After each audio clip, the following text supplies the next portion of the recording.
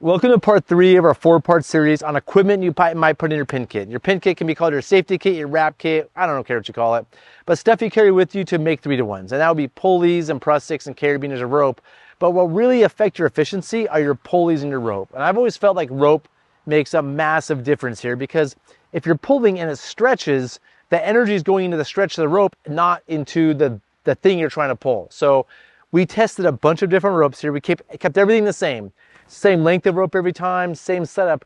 We just swapped that rope to see what the difference in efficiency in terms of the 3-to-1 we got. We know theoretically a 3-to-1 is 3-to-1, but if we have different ropes, what will that be?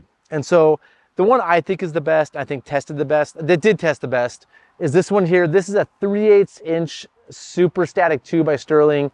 It's a great rope. It's a good diameter. And it's kind of my go-to static line, the choice I usually use anyway. It came in at 2.58-to-1. Next up, we tested this, another Sterling rope. This is the Sterling Ultraline, also 3/8 inch. This has a Spectra core. And so this is the one you find, this is the throwback that I really despise, but it has great rope. It's really hard to throw, but it has great rope. You find the NRS Rescue Pro. It's good rope. The thing I found though, the inputs for all these were about 1 kilonewton. And sometimes when we did that, the prusik would slip and it would melt the rope. And you can see that this is not bendy rope, like rope should bend. Here it's really stiff. So pulling with 1 kilonewton, which is about like 2.5, 3-ish people pulling, we slipped the prusik sometimes and we melted the rope, which is not great. So this rope is kind of trash. So this actually came in at 2.59-to-1, so 0.01 better than this. They're both 3/8 inch ropes. This one has a Spectra core, which is, I don't know, maybe better. They're effectively the same, except that this one handled prusiks really well. This one had some slippage, which caused that. Next up was the rope in the WWTC throw bags. These are throw bags that I like and I use, and they're made in Europe. This is custom made rope. It does not have a Spectra core. It's 5/16, so it's small, a little smaller than this, but not the smallest we tested.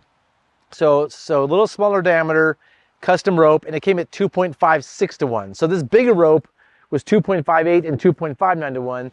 This thinner rope was 2.56-to-1. That was actually super impressive to me. I'm pretty jazzed on this rope right now. Next up is 1/4 inch Spectra. And so this is what you would find in throw bags like the NRS Pro Compact Rescue. Really thin rope, hard to grab, but lighter because it's smaller. And it came in at 2.44-to-1. But you'll also notice the prusiks kind of caused some problems here. The prusik slipped a lot more with this rope. It's really hard for prusiks to grab a thinner rope, so we had to put an extra loop in it for it to grab. But again, it melted the rope here, not a good solution. And then finally, this is just regular throwback rope. And just nothing Spectra, nothing fancy. It came in at 1.7-to-1. So that's a really nice thing to remember. So my general takeaway from all of this, a couple things.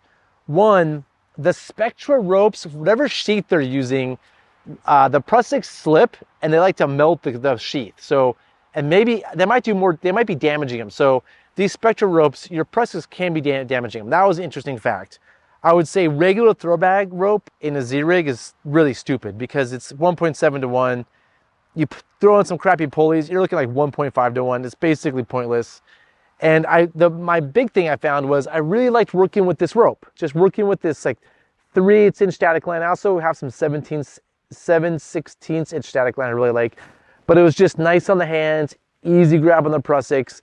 That was the answer. So it does make a difference what rope you bring. I'd recommend static lines or something with Spectra in it, and bigger diameter is better. Those are my thoughts. Like the other videos. Tell me what you think. Do you have different opinions? Do you have different ropes you want me to try? I'd love to hear from you. And that's it. I'm going to do one more part in this series, part 4, which is just the conclusion.